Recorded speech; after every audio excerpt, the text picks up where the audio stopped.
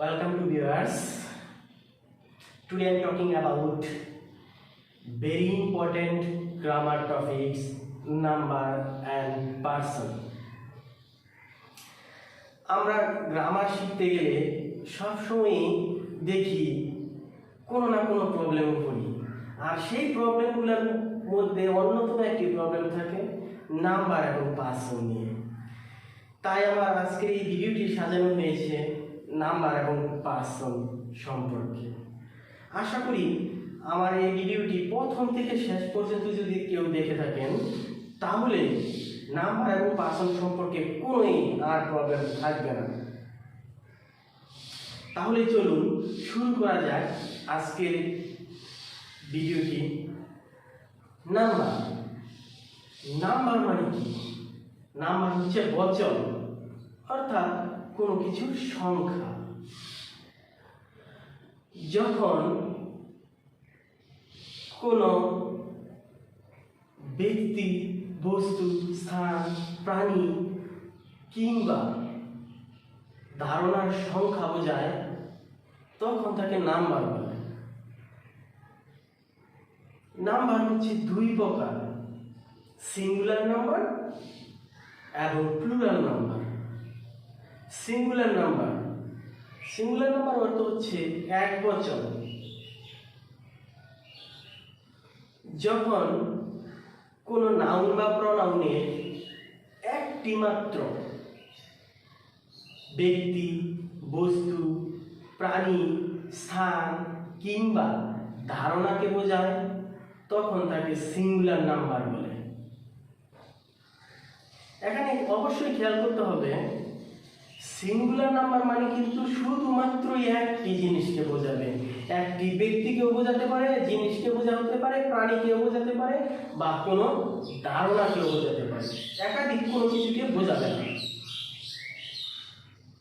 যেমন যে কোনো জায়গার নাম ঢাকা, যে কোনো ব্যক্তির নাম রহিম করিম, যে কোনো ধারণার নাম, যে কোনো বস্তুর নাম খেয়াল করতে হবে কিন্তু একটি হতে হবে, তবেই সেটি হচ্ছে সিঙ্গুলার নাম্বার।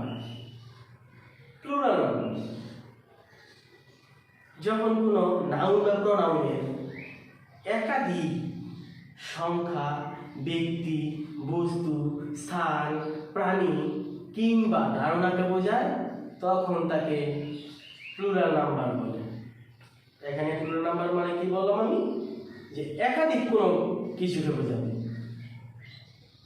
একটিকে নয়। একাধিক নামকেও বোঝাতে পারে, বস্তুকেও, স্থানকেও, প্রাণীকেও। যেমন ডলস, বয়েজ, গার্লস, এক্সট্রা। এই নাম্বার সম্পর্কে আমাদের জানতে হলে দুটি বিষয় অবশ্যই মনে রাখতে হবে।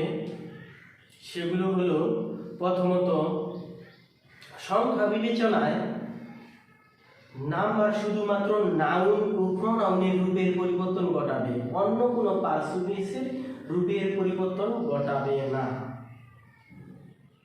আর দ্বিতীয়ত কমন নাউন এবং কালেকটিভ নাউনেরই শুধুমাত্র রূপের পরিবর্তন ঘটবে, প্রপার নাউন, ম্যাটেরিয়াল নাউন কিংবা অ্যাবস্ট্রাক্ট নাউনের কোনো রূপের পরিবর্তন ঘটবে না। এখন আমরা সিঙ্গুলার এবং প্লুরাল নাম্বার সম্পর্কে একটি ক্লিয়ার আইডিয়া নিব আমার এই চার্টের মাধ্যমে। ফার্স্ট পারসন সিঙ্গুলার নাম্বারে nominative I, objective me, possessive my. Plural নাম্বারে nominative we, objective us, possessive our. Second person nominative you, objective you, possessive you. Nominative you, objective you and possessive you, say plural number. Third person singular number nominative he or she, objective him, possessive his or her. Plural number nominative they, objective them and possessive their. আমার চার্টের মাধ্যমে আমরা singular এবং plural সম্পর্কে clear idea নিলাম। এখন আমরা শিখব সিঙ্গুলার থেকে প্লুরাল নাম্বারে কিভাবে পরিবর্তন বা রূপান্তর করা যায়। অনলি 8টি নিয়ম শিখব। 8টি নিয়ম শিখলেই আমরা সিঙ্গুলার থেকে প্লুরালে অনায়াসে পরিবর্তন করতে পারব। তাহলে চলুন এই 8টি নিয়ম সম্পর্কে আমরা জেনে নিই। রুল 1, সাধারণত এক যোগ করে সিঙ্গুলার নাম্বারকে প্লুরাল নাম্বারে রূপান্তর করা যায়, যেমন boy, boys, cow, cows, pan, pans. Rule number 2, সাধারণত সিঙ্গুলার নাম্বারের শেষে S, double S, S, CH, চয়ের মতো উচ্চারণ এক্স, জেড থাকলে তার শেষে ইএস যোগ করে প্লুরাল করা হয়, যেমন বাস, বাসেস, বক্স, বক্সেস। ব্যতিক্রম সিএইচ এর উচ্চারণ যদি কয়ের মতো হয় তাহলে স্টোমাক, স্টোমাকস।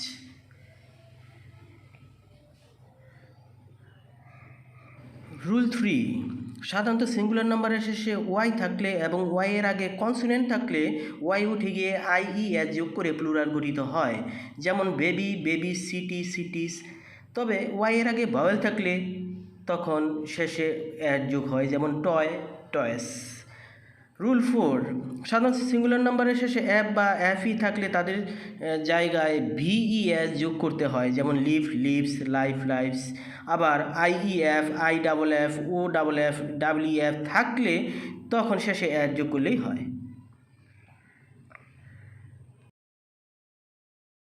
5, সাধারণত সিঙ্গুলার নাম্বারের শেষে ও থাকলে এবং ও এর আগে কনসোনেন্ট থাকলে ইএস যোগ হয়, তবে ও এর আগে ভাওয়েল থাকলে এস যোগ হয়, যেমন পটেটো, পটেটুস, রেডিও, রেডিউস। ব্যতিক্রম পিয়ানো, পিয়ানুস। রুল 6, কিছু কিছু নাউন আছে যাদের মাঝে ভাওয়েল পরিবর্তন করে প্লুরাল করা হয়, এস বা ইএস যোগ করে নয়, যেমন man, man, food, feet. Rule 7, compound ওয়ার্ডের শেষে ফুল থাকলে শেষে অ্যাজ যোগ করতে হয়, যেমন হ্যান্ডফুল, হ্যান্ডফুলস। রুল 8, কম্পাউন্ড নাউনকে প্লুরাল করতে হলে প্রধান অংশের সাথে অ্যাজ যোগ করতে হয়, যেমন sister in law, sisters in law. আশা করছি সিঙ্গুলার এবং প্লুরাল নাম্বারের পরিবর্তন নিয়ে আর কোনো প্রবলেম নেই। এখন আমরা চলে যাব পার্সনে।